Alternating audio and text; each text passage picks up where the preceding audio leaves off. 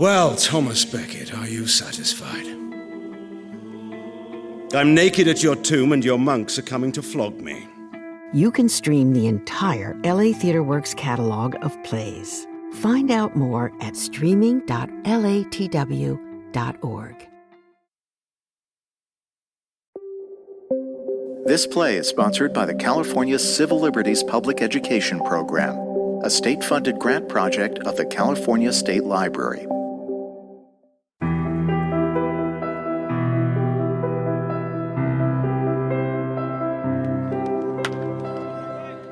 A few weeks after tryouts came the first day of practice.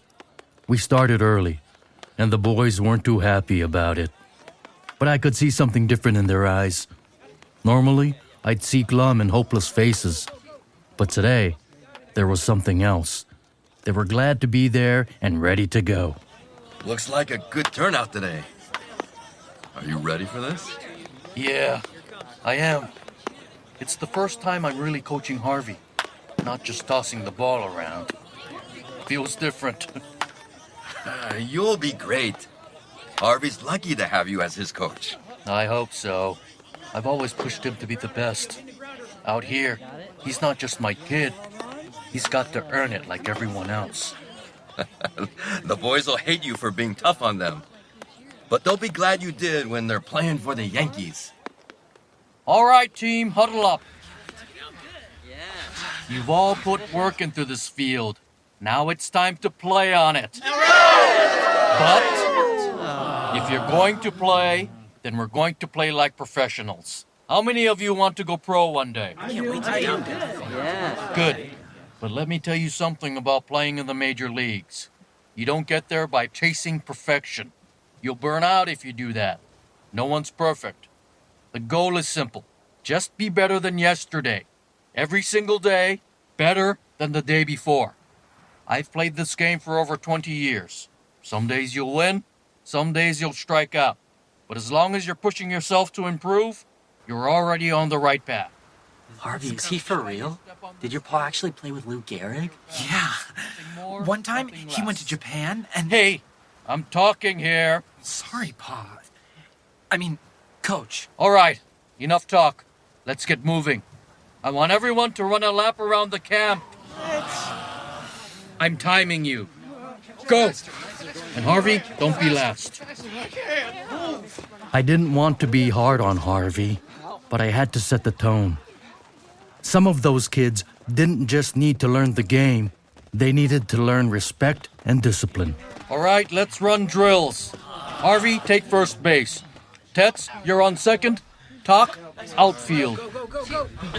As the drills continued, I could see the boys starting to falter. It wasn't long before mistakes started to happen.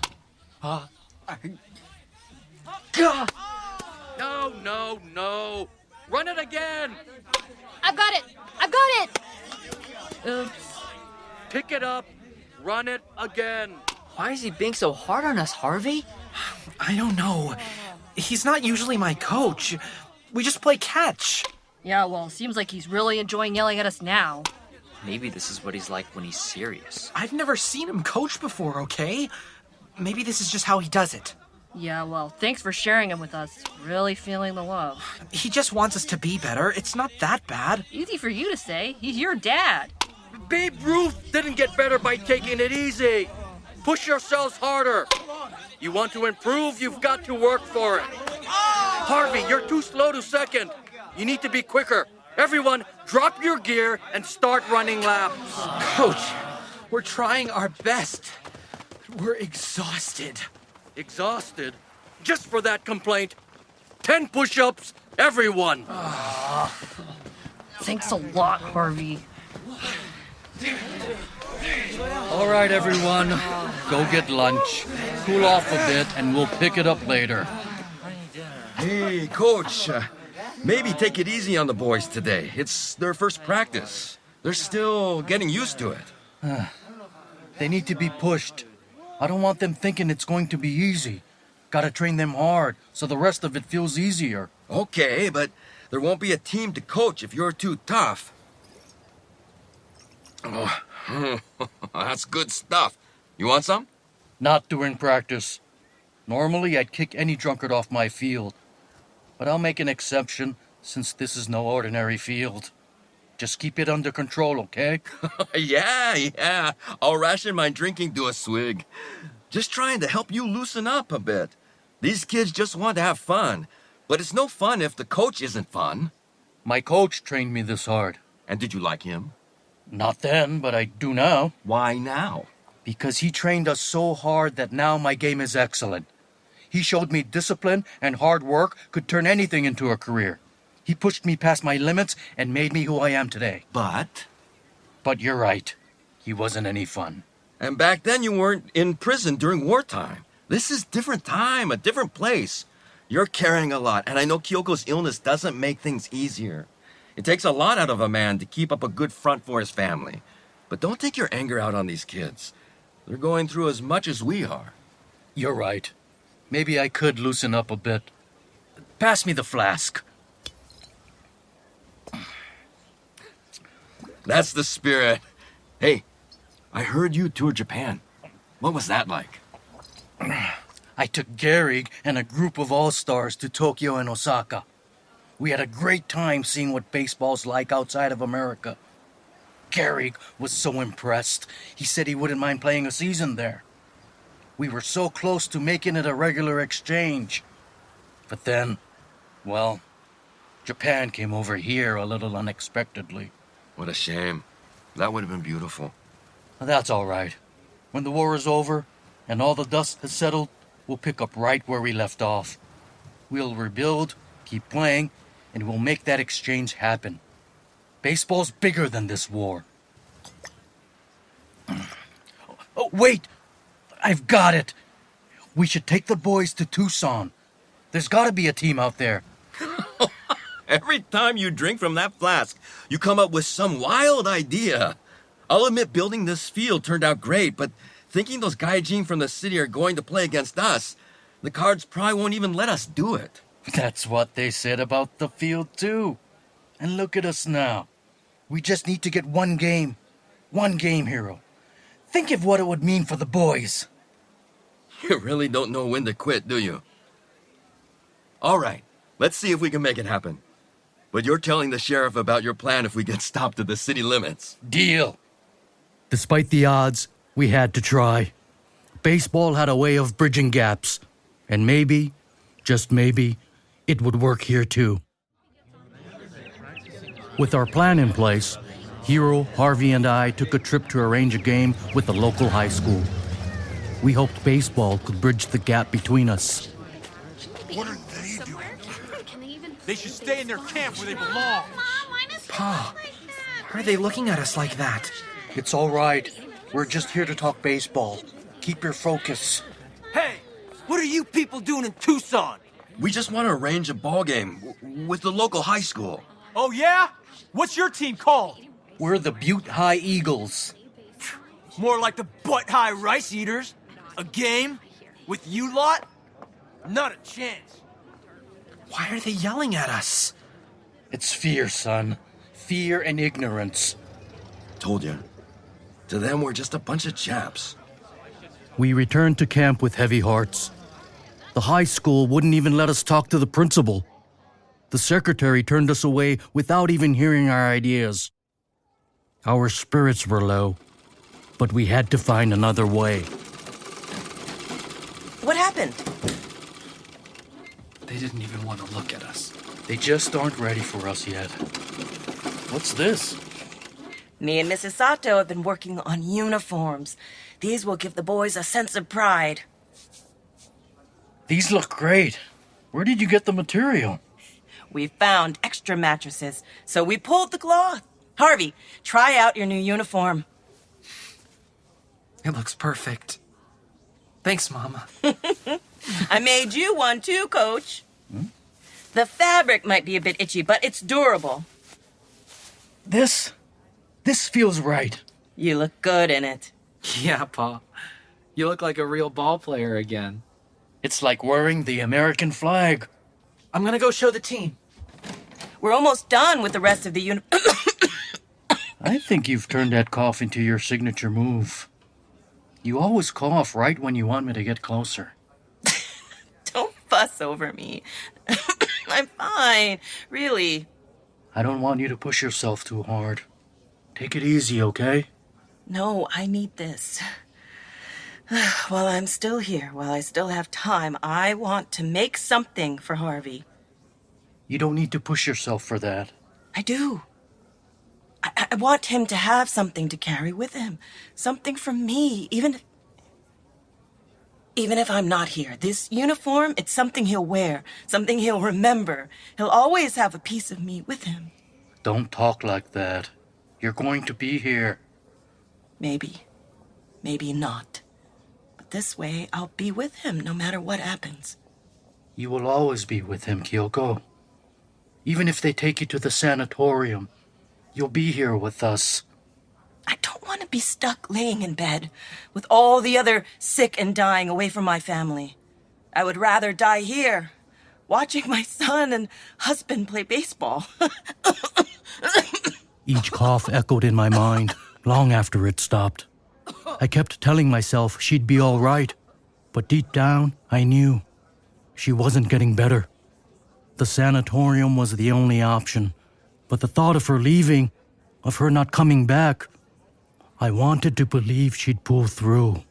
But with every breath, I was losing her, bit by bit.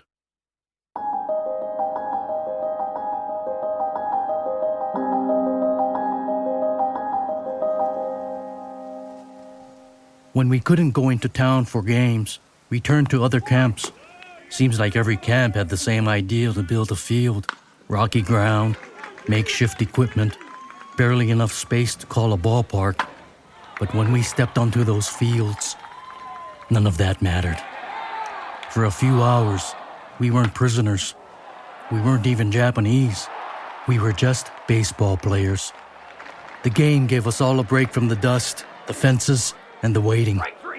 Without baseball, the camps would have been as dull and lifeless as the desert around us. But in January of 1943, something arrived that none of us could have anticipated. A loyalty questionnaire. The government called it the application for leave clearance. The questions were meant to gauge our allegiance, but the way they were worded felt like a trap. Did you read this? Not yet. What's it about? Read these two, right here. Question 27. Are you willing to serve in the armed forces of the United States on combat duty, wherever ordered? Combat duty? After everything they've put us through. Question 28. Will you swear unqualified allegiance to the United States of America and faithfully defend the United States from any or all attack by foreign or domestic forces, and forswear any form of allegiance or obedience to the Japanese Emperor or any other foreign government, power, or organization? Forswear any form of allegiance to the Emperor? Even if you never swore it in the first place. They want us to prove we're loyal. And if we say no, what then? None of this makes sense. Makes sense? There's nothing to make sense of. How can they ask us to pledge loyalty to a country that locks us up? They stripped us of our rights, our dignity, and now they want us to fight their war? But if we refuse, what does that mean for our families? The military doesn't care about us. They see us as enemies. And over my dead body will I be used to fight their war. And if you say yes, yes, then you're just a fool. You think I'm not angry? My family is counting on me to protect them. If I say no, we could be moved. Kiyoko wouldn't survive another transfer. And Harvey? I don't even know what would happen to him if they decide to deport us. You think fighting in their war will earn us that freedom? Maybe I'm too old for them. Or maybe they never call me up to the front lines. I refuse to fight for a government that doesn't see us as equals. But if we don't comply, do we stay in these camps forever? Do we condemn our children to live in a country that sees them as disloyal? We have to stand up for ourselves, for what's right. You're willing to split us apart over this? If you're not with me, then we can't be on the same team.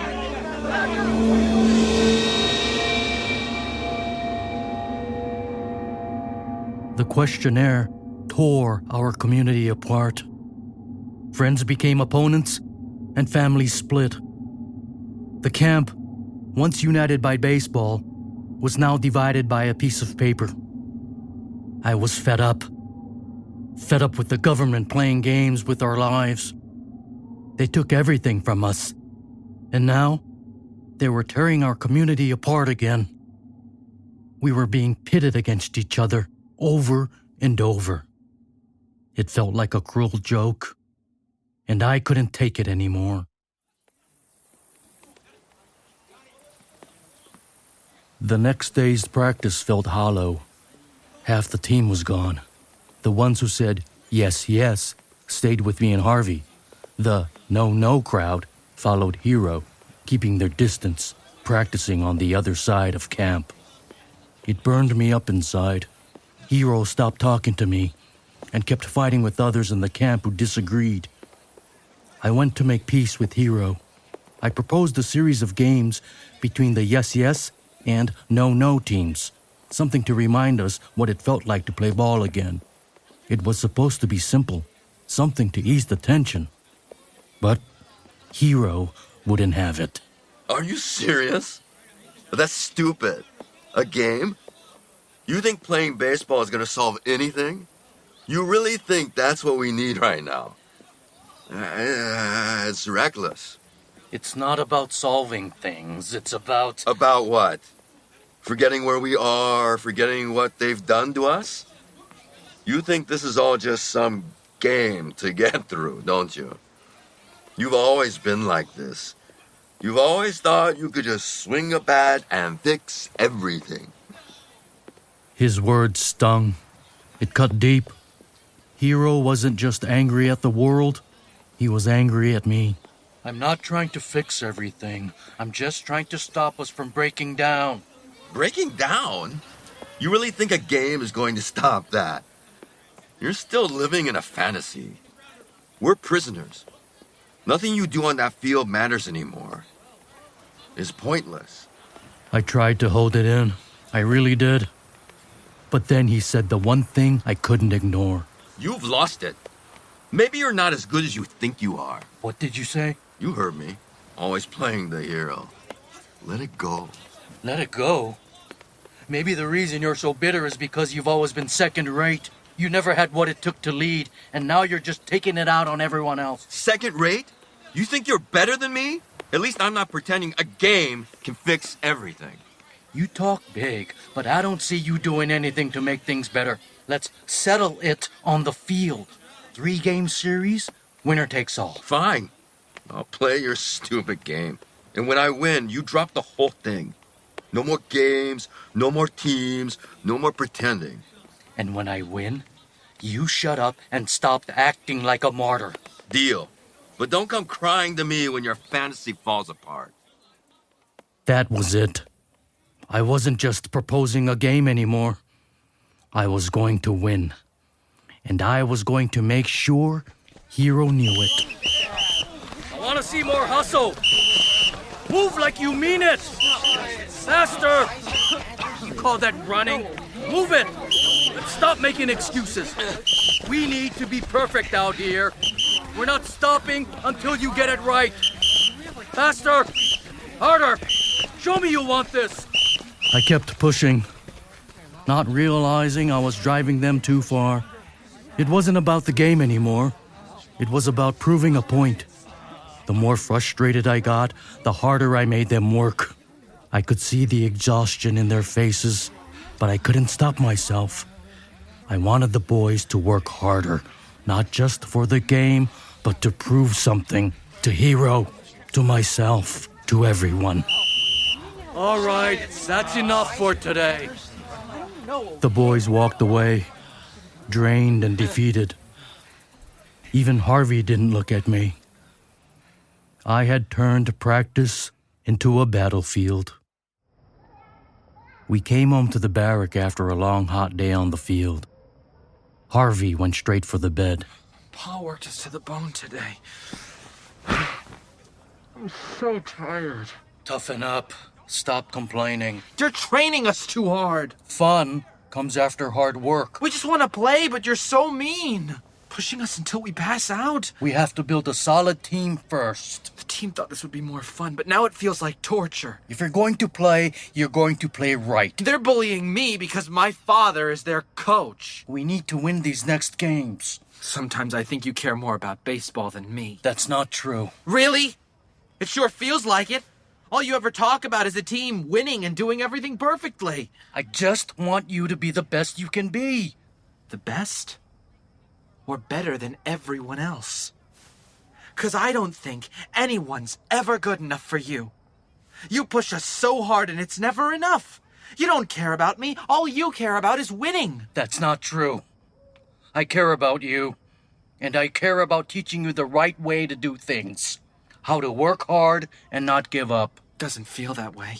Harvey, I just want you to learn that hard work pays off. Doesn't feel like it. Maybe I should have gone to Hiro's team. At least he's sticking up for the community. Why are you pushing him so hard? He's just a boy. Harvey helped you build that field, and now practice is even harder than construction. I have to treat him like the rest of the team. He's my son.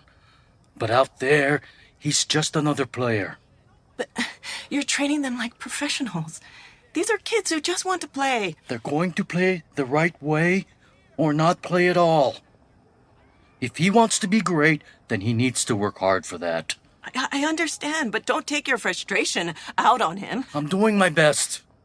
What more do you want from me? What's going on? Huh? You're getting so worked up about this. You're getting angry all the time. You think I don't know that? You think I don't feel the pressure?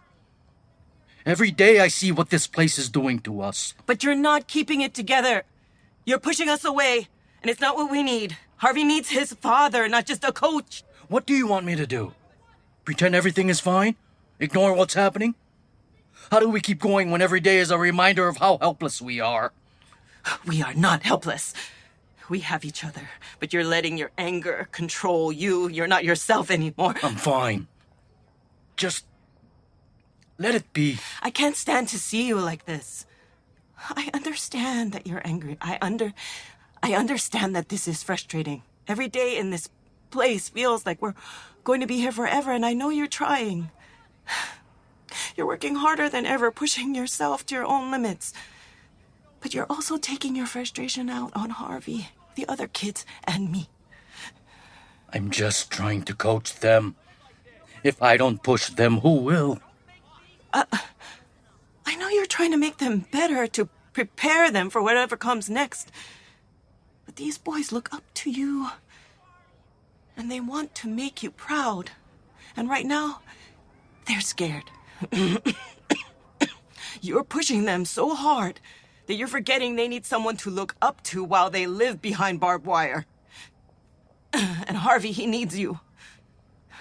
I love you, but you need to find a way to balance this. Talk to him.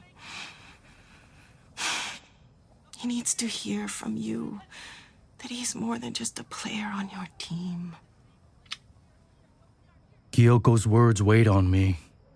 I knew I needed to talk to Harvey, but I was still his coach. And in this place, I couldn't just be his father. Everything I did, every decision I made, felt like I was losing a little more of myself.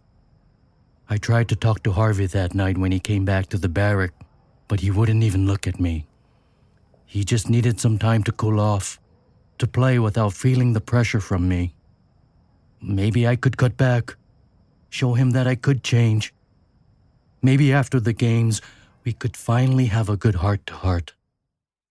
That's what I told myself. That's what I thought would happen.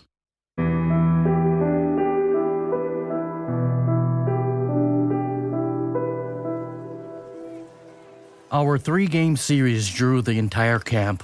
Everyone was eager to see the yes and no teams face off, but the usual excitement was replaced with heavy tension.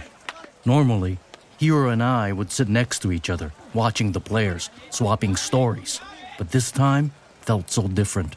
Quiet, tense. Even the crowd was quiet. almost like the fun had been sucked out of the game. Play ball! Hiro's team took an early lead. Their precision and drive were unmatched. But our Yes Yes team fought back with everything we had. The first game ended with our team winning by a narrow margin. Good game, Hiro. Yeah, whatever. Be ready to lose the next one. The second game was even more intense. Hiro's team came with a vengeance. They were hungry for a win, and it showed in their play. I noticed their team playing dirty. They started throwing brushback pitches, the ball skimming the batters' uniforms. They were ready to hit our players just to make it hurt.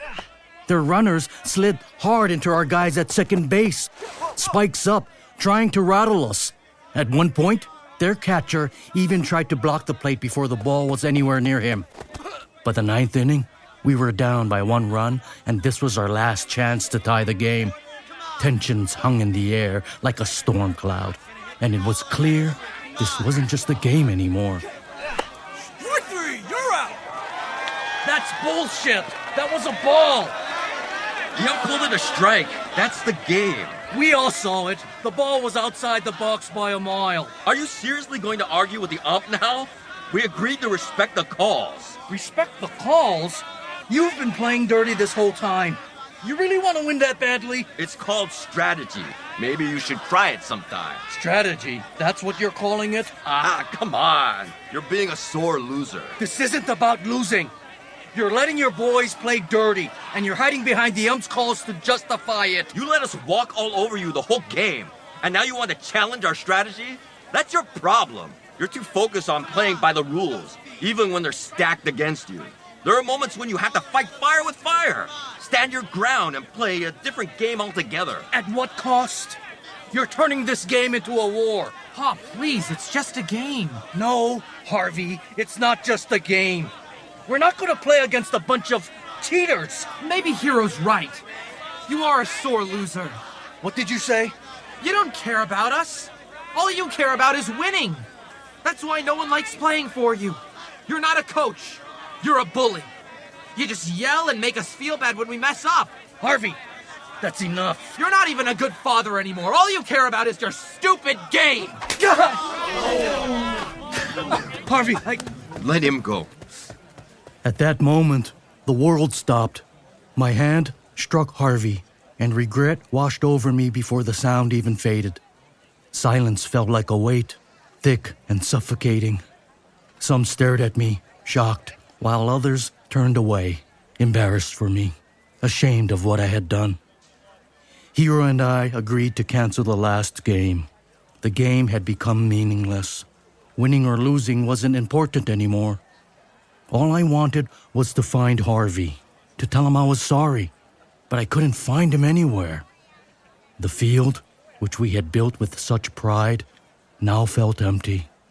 The cheers, the excitement, even the rivalry, all of it had disappeared in an instant. All I could think about now was how I let my own anger hurt the person I loved most.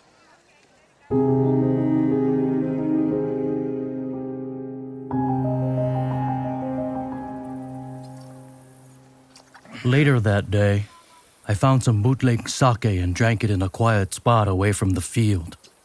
The shame of what I had done to Harvey ate me alive. I never meant to hit him. Everything just boiled over inside of me. Yes, yes. No, no. Yes, no. No, yes. Those questions tore the camp apart. The government had pushed us so far, and I snapped. Harvey couldn't understand the politics of those questions. Hell, I barely understood it myself. But none of that mattered. He didn't deserve the slap. I didn't know why I did it. Even now, I still feel the sting in my hand, and I'll feel it until the day I die. Kiyoko found me, sitting by a barrack, drinking. She didn't say a word, just sat beside me. And that silence, that made everything worse. I don't even know what I'm doing anymore. I didn't mean to hit him. Hell, I didn't mean for any of this to happen. But what do I do, huh? What the hell do I do now, Kiyoko? I should have been better. I should have kept my cool. But everything's falling apart. Harvey, the team, me, this whole goddamn camp. I'm trying, Kiyoko. I'm trying to hold it together. But I snapped. I snapped.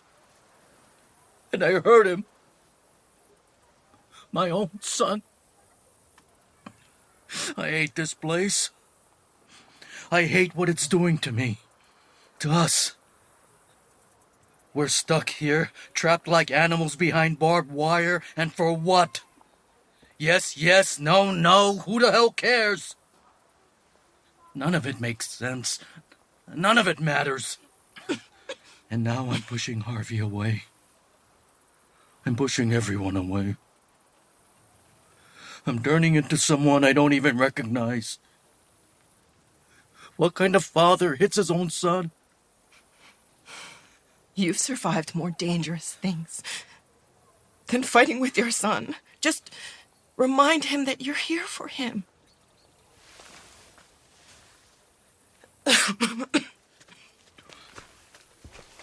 As we walked back to the camp, the shame gnawed at me. I could hardly imagine looking Harvey in the eye. I felt unworthy of his forgiveness. I had let my anger take over, and now I didn't know how to fix it. Maybe I couldn't. The truth was, I was afraid. Afraid that even if I tried to make things right, it might not be enough. And that was the part that scared me the most. I found Harvey outside, alone, tossing pebbles into the air and hitting them with a stick, just like I used to. Each hit sent the stones flying out into the empty field, and every crack of the stick felt like the sound of his anger breaking through. He didn't look at me. He just kept swinging, trying to send those pebbles as far away as he could, like he wanted to hit his feelings away with them.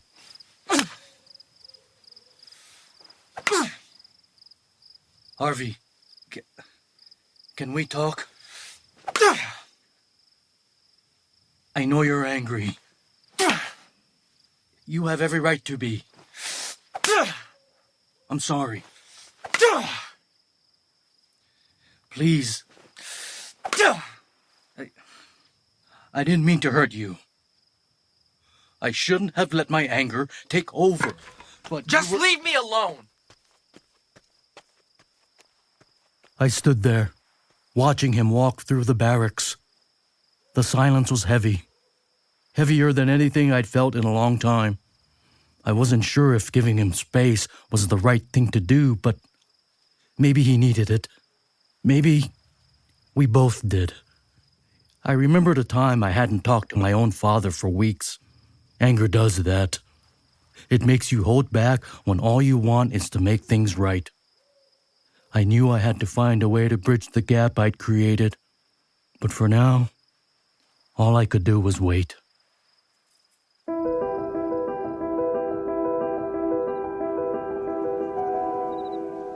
It was a rough night. I couldn't sleep. All I could think about were my mistakes. Harvey, the way I lost control. Hiro, how we argued over the questionnaire. Kiyoko, how I had neglected her, making it worse. I went to the field, hoping to find some peace. Maybe even find Harvey. But he wasn't there. I walked the bases, watered the dirt, but nothing helped. The field, the one thing I thought would bring us together, now just reminded me of everything that was broken. My family, my friends, myself. It used to feel like hope. Now it felt hollow. Like all the good and bad in my life had merged into something I couldn't carry. I stood at home plate and felt the guilt, the shame, the regret. Every time I tried to fix things, I seemed to push people further away. I didn't know how to make it right. I heard footsteps behind me. Hiro had come to the field, stopping next to me. and for a moment, neither of us spoke. Zeni, What do you want? I've been meaning to talk to you. I'm embarrassed about how things have been. How are you? How's Harvey doing? He's not talking to me right now. My boy hasn't said a word to me in a long time either. I've been angry at home, and I think the drinking, it's getting to me. It's hard to stay sober in a place like this. Yeah, I get that. Last night, I got so mad, I said things I shouldn't have. My wife, she kicked me out. I guess she's had enough of me, too. I'm sorry to hear that. You all right? I'll be okay. But I feel bad, you know. We've all messed up once or twice. Times we regret having done something we're not proud of. I wish life didn't turn out this way for any of us. In any case, I'm sorry. I should apologize, too. It's not your fault we're in this position. None of us should be here. None of us should be questioned of our loyalty. I'm sorry for what I said. I just feel like every day we're losing more of ourselves. Trapped here in this desert, it's like nothing we do matters. No matter how hard we try, it's never enough. I'm tired, Zeni. Tired of defending a country that puts us here. They ripped us from our homes, scattered our families. Why should I fight in their war? I get it. If it were just me, I'd probably say no, too. But we've been uprooted so many times already. I wasn't angry at you. I'm angry at this place. Angry at Japan for starting all this. I've never been this angry before. I don't know if Harvey will ever forgive me. I've had my share of fights with my boys. Harvey's a good kid. He looks up to you more than you realize. He's hurting right now, but he'll come back around. Just give him time. The morning was quiet, except for the crunch of dirt under our feet. We hadn't said much, but I could feel the weight of everything hanging between us. Hiro glanced over at me, but neither of us broke the silence. We were both carrying too much to put into words, fighting for our families, protecting them in the only ways we knew how. I doubted we'd ever see eye to eye again, but maybe that didn't matter. We never had the chance to try being friends again. Hiro and the other no-nos were sent to Tule Lake in Northern California, rumored to be deported to Japan. It seemed unfair. I saw him off at the bus station, and that was the last time I saw him. With Hiro gone, the responsibility of training the team, well, what was left of it, fell on me. I had to do it all myself, and it wasn't just the burden of coaching. The boys who stayed behind needed more than just training. They needed someone to hold it all together. But the field wasn't the same without Hiro, and it was even worse without Harvey. He stopped showing up to practice after that day, and I couldn't blame him. Everyone had seen the slap, and his absence was a constant reminder of my mistake. I'd catch glimpses of him walking around the barracks, sometimes glancing over at the field, but he never came back. I didn't know if I would have come back either if I were in his shoes. I couldn't force him to return. I had to give him space. But every day he stayed away, it felt like I was losing him even more. It was halfway through practice on a particularly hot day when I decided to let the boys cool off. One of the expert gardeners had installed a watering system to keep the field looking sharp. Green grass, tall beanstalks lining the outfield. We really did have a nice field. Watching the boys laughing, splashing through the sprinklers, it brought a rare smile to my face. For a moment, I almost forgot where we were. Almost. I wandered over to the dugout where someone had left a copy of the Butte Town newspaper. I sat down, flipping through it. An article about a Japanese Air Force plane going down caught my eye. My thoughts went straight to Kenji. Had he joined the fight? Was he up there in one of those planes? I refused to let my mind go down that road. I turned the page and kept reading. Then I saw it. An article about the Tucson High Badgers state champs, 6 years straight.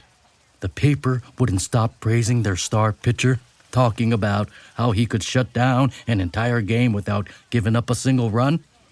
It stuck with me. A pitcher like that could really challenge our boys. I remembered how the last time we tried getting into Tucson, we were unwelcomed. But maybe enough time had passed. Maybe this time would be different.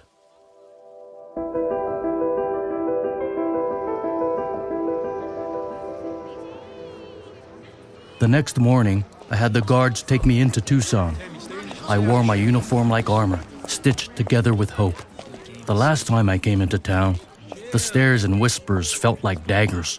This time was different, like the whole town had changed. Hey, look at that uniform. I haven't seen a baseball. He looks like a real player. I haven't seen a game in a year. You think he's here to play ball? I'd love to watch a game. As I walked through town, my uniform was my shield, protecting me, reminding people that I belonged here too. Hey, you play baseball at that camp, right? We've heard about your team. People say you're really good.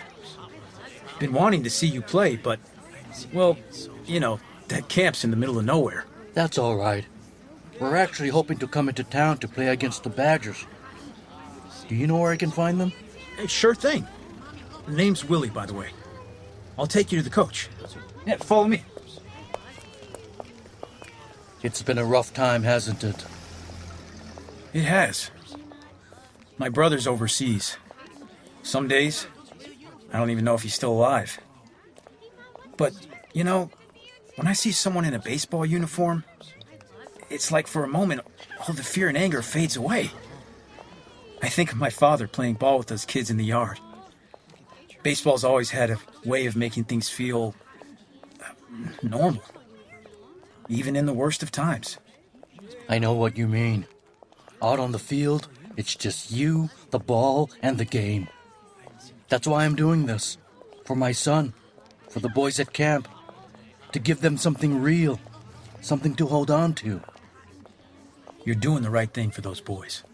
As I walked through town with that kind stranger, the knots in my chest began to loosen. For the first time in a long while, I felt like we were being seen for who we really were, as people, rather than prisoners or enemies. Baseball wasn't just a game, it was a bridge, a way to connect us in a world that had tried so hard to divide us. Willy walked me right to the coach's door. As we approached, the knots in my chest began to loosen. I knocked, hoping the coach was open to my proposal. Come in. Coach? Call me Hank. How can I help you? Hank? My name is Kenichi Zenimura. Most call me Zeni. I coached the team at Gila River. Oh, yeah, sure. You guys are the Butte High Eagles. Read in the paper your players beat the Legion Post team with an 11-0 4-pitch shutout. Please take a seat. Thanks. Glad to hear our reputation makes its way outside the barbed wire. I read the Tucson Badgers have been state champions for 6 straight years. Undefeated for the last 3.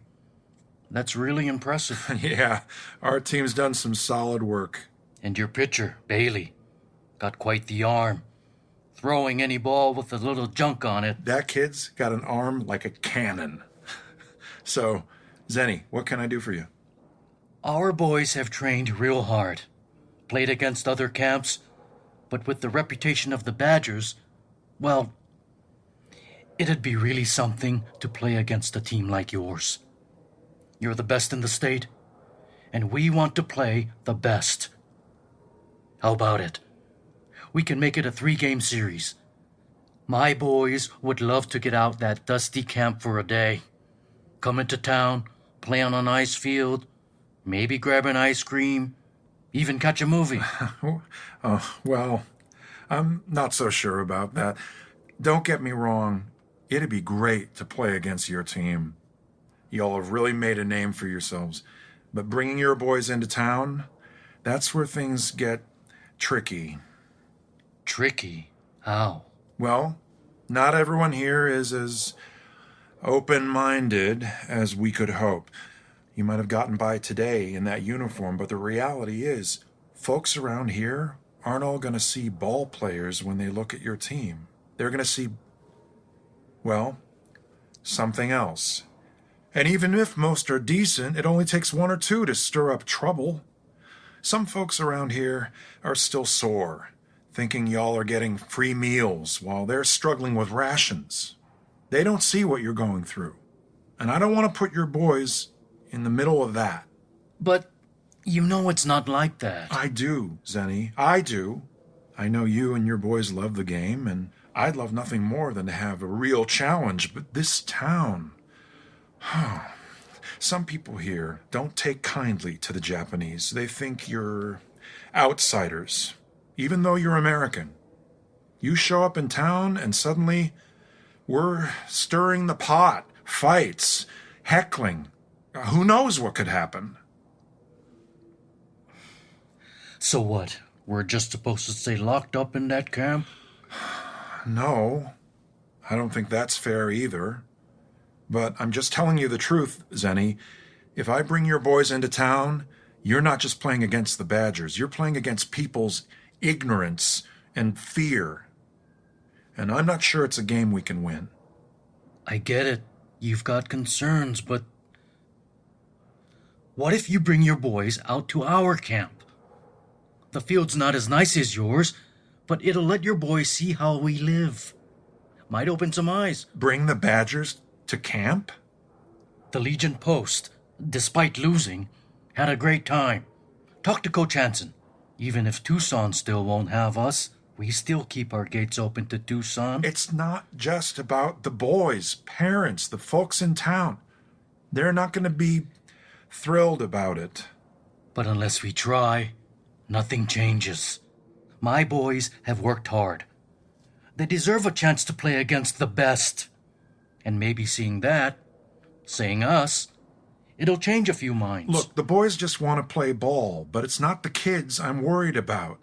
The town's still got its hang-ups. People here are slow to forget or forgive. I'm not asking for easy. I'm asking for a chance.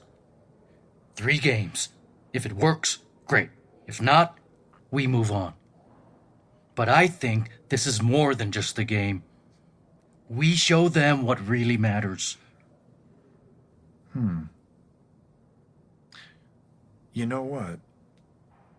Maybe this is exactly what we need. If anything, this could give folks a reason to look past the fences for once. Let me talk to the right people. I'll see what I can do. That's what I was hoping for. Hank's handshake was firm. I knew he meant it. This wasn't about baseball anymore. We were both ready to push for more than just the game.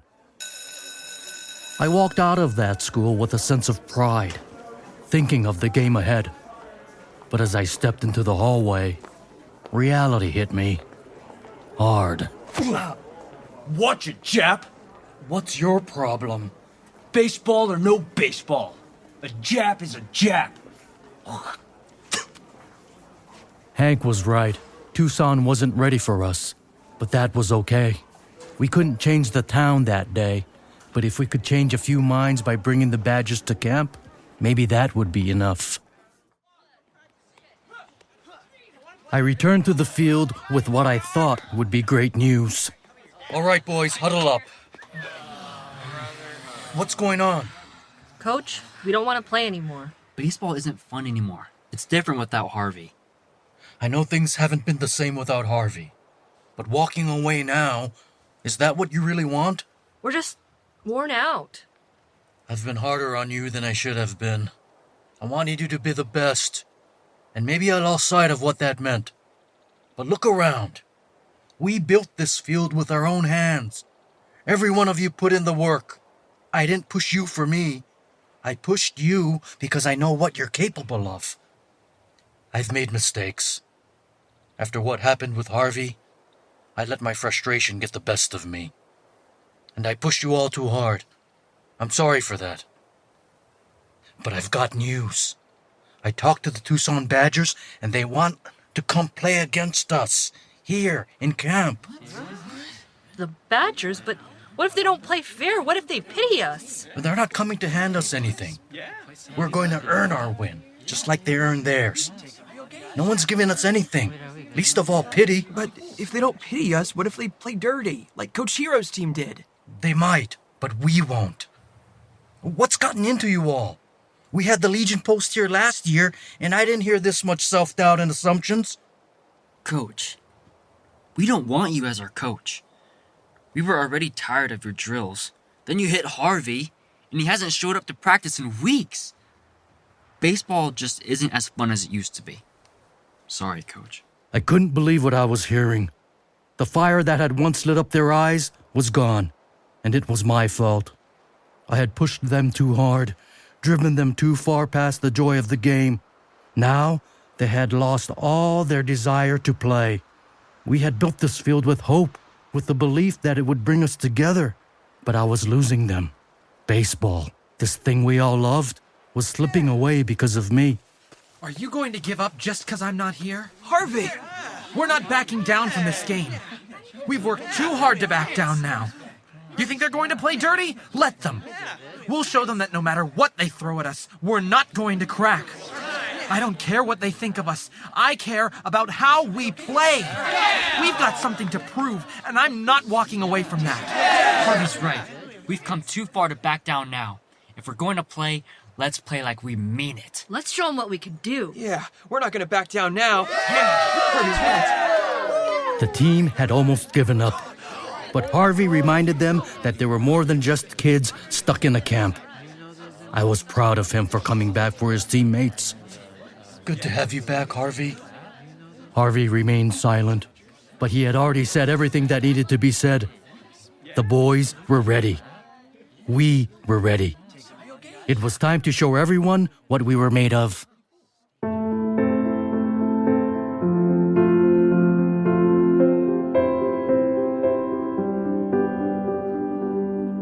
The day had finally arrived, April 18th, 1945. They called it the big game.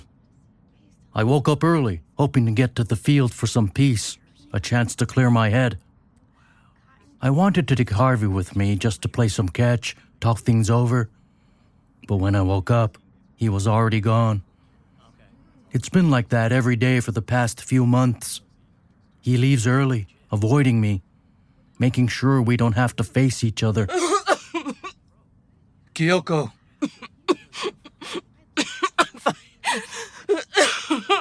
I just need morning air. This is serious. You're spitting up blood. We're going to the hospital. Kenichi, no. I'm fine. I'm not arguing with you. We're going. Her condition is much worse.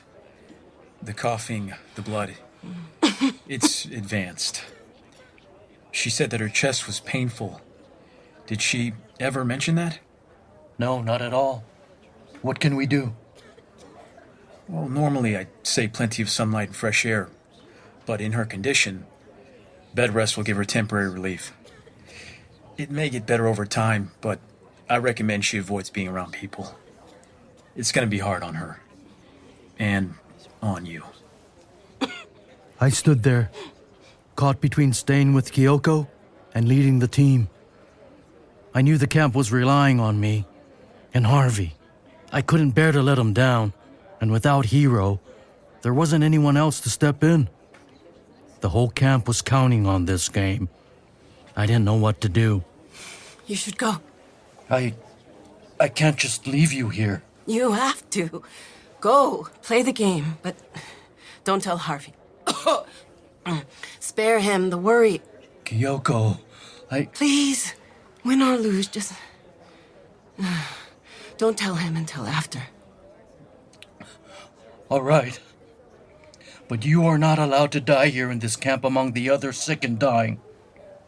Promise me that. I promise. Kiyoko believed in me, believed in us. As much as the weight of her illness pressed on me, I couldn't stop now. The camp was waiting. The moment had finally come. As I walked toward the field, I could feel it in the air, alive with energy, with purpose. The crowd filled every inch of the bleachers, and others stood around the field. This was the biggest turnout I had ever seen. The air buzzed, not just with excitement, but with something deeper. This wasn't just a game. It was our chance, our moment to prove who we really were. And then the Badgers arrived. Part of me thought they'd back out at the last minute, or maybe they'd take one look at the camp and turn around. But they didn't.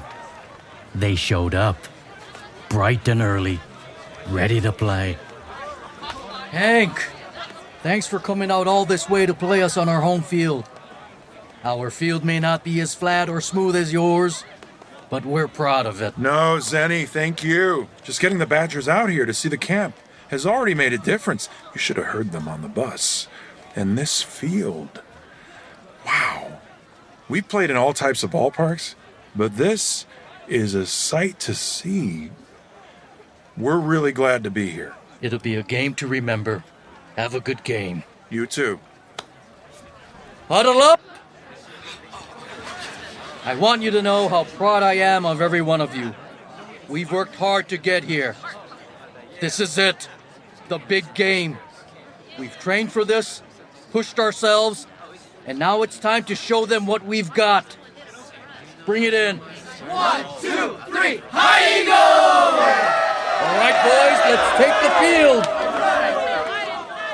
Badgers, let's show them what we're made of! 1, 2, 3, Badgers!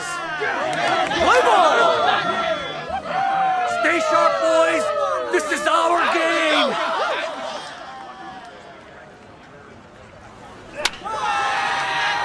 The game kicked off with the Badgers at bat. We moved through the first few innings faster than I expected. We were ahead, but something wasn't right. The Badgers' pitches lacked speed, and their swings felt half-hearted. They fumbled grounders that should have been easy outs. Clumsy mistakes from a team that shouldn't be making them. I watched closely as they jogged to first, showing little effort. They were the undefeated state champs. I expected them to play like pros. Hank, we need to talk. We know your boys are better than this. They're holding back. We didn't come here to be handed a win. We want a fair game, not charity. I didn't ask them to play soft.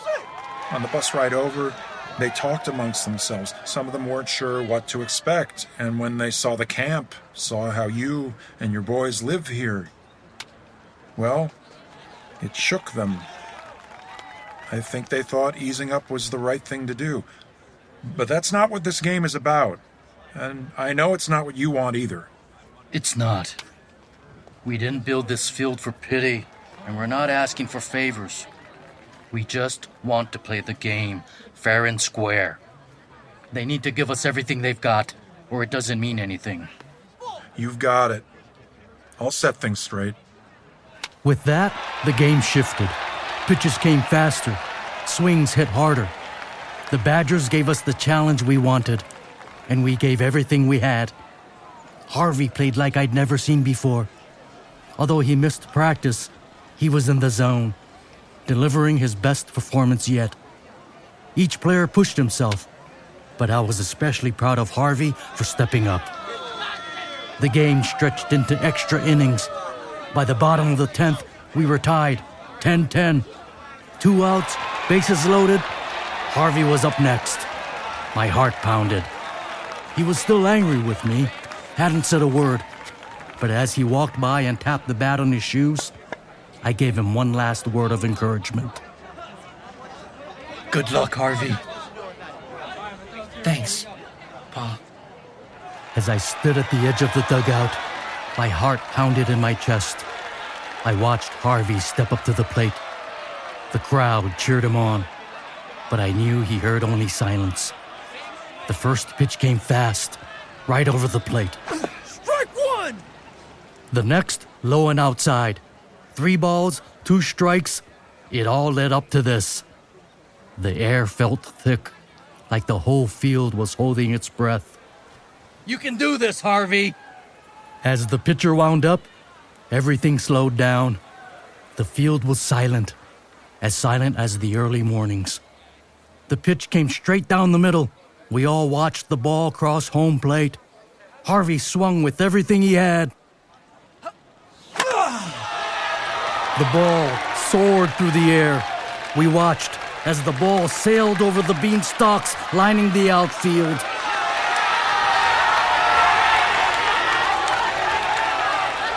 I cheered harder than I had ever before. Harvey rounded the bases with a huge smile on his face. It was a moment to remember forever. He made me so proud. After Harvey crossed home plate, he ran straight into my arms. Despite everything, we had found a way to come together. At that moment, all the anger, all the frustration melted away, and we became family again.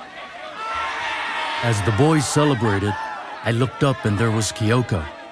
She made her way to the edge of the field, smiling like she didn't have a care in the world. But even from that distance, I could hear her cough. It wasn't loud, but it was enough to remind me how fragile she'd become. Still, she stood there, as if nothing could keep her from seeing her boy play. Kiyoko, you're supposed to be resting. I had to see our son. I couldn't miss this. Not today. Watching Harvey was worth every step. Zeni, that was some game. Your team really gave us a run for our money. Thanks, Hank. It was neck and neck the whole way. Oh, by the way, Hank, this is my wife, Kiyoko. It's lovely to meet you, Coach Hank. Thank you so much for bringing your team out to play with us. It means a lot to everyone here at Kemp. The pleasure's all mine. Your husband here coaches like a true pro. I've seen a lot of fields. But what he's built here, even some of the best fields in the state can't match it. Well, Kenichi always has a way of turning dreams into reality. You've done an amazing job with these boys, Zeni. You've brought them together in a way that's really remarkable. Hearing that from you, Hank, it means a lot. What? I thought you weren't here. I didn't see you all game. I was here, Harvey. I wouldn't miss it for the world. I promised I'd be there for every game. And I kept that promise. Did you see me hit that last one? It went so far. We sure did. Hey, Slugger, nice hit out there. Someday, you'll give Babe Ruth a run for his money. Thanks, Coach Hank. You listen to your father. He's a good man and a good coach. Zeni, I'll be in touch again soon for our next game. You got it, Hank. Pleasure meeting you, Kiyoko. Goodbye, folks. Harvey, I'm really proud of you. Thanks, Pop. I'm sorry. I haven't talked to you in a while. No, Harvey. I'm the one who should be sorry. I shouldn't have hit you. That was wrong, and you didn't deserve it. You had every right to avoid me. I hope you can forgive me. I was mad for a while. But I've forgotten what I was even mad about. I mean, hitting that ball. It's hard to hold a grudge after a game like that. So, I'm forgiven? I guess I could let it slide. For now. Oh, you two. Always finding your way back home. Afterwards, our boys led the Badgers to the sumo area, eager to teach them how to wrestle. Watching those tall, lanky players try to get the hang of sumo was a sight to see. For a while, the tension of the game faded, replaced by laughter and camaraderie. It reminded me that sports have a way of breaking down barriers and bringing people together. Weeks later, Our joy was overshadowed by news that despite the camaraderie built on the field, our second game with the Badgers was denied. Local authorities said there was a security threat, but it was never clear who was being threatened or by whom. It didn't matter. Our one game was enough to make a difference. I sent a letter to Hank expressing our disappointment. A few weeks later, Hank wrote back saying they felt the same and how much respect they had for our team. He said they were pressured from the parents of the Badgers who felt resentment from Pearl Harbor. Nonetheless, he promised that we'd meet again on and off the field. Looking back, I see how much my journey in camp changed me. The anger, the frustration, the sense of being torn apart. At times, it felt like too much to bear. Throughout life, it's the people we surround ourselves with who teach us the hardest lessons. They're the ones who help us find strength when everything else feels lost. Hiro taught me that standing by your principles takes courage, especially when the world seems set against you. Kiyoko reminded me that family is at the heart of everything, and that love and loyalty can carry you through even the darkest moments. And Harvey showed me how to be a better father, how to forgive myself for my mistakes. The greatest victories aren't always the ones on the field. Standing here now, surrounded by the people I love, I know we can face anything, like a team. Each of us playing our part to help one another through the toughest innings. The games we play aren't just about baseball. They're symbols of our resilience, our unity, and our hope. Baseball teaches me that no matter how tough things get, you keep swinging. You stay in the game, even when the odds are stacked against you. And if life throws you a curveball, you knock it out of the park.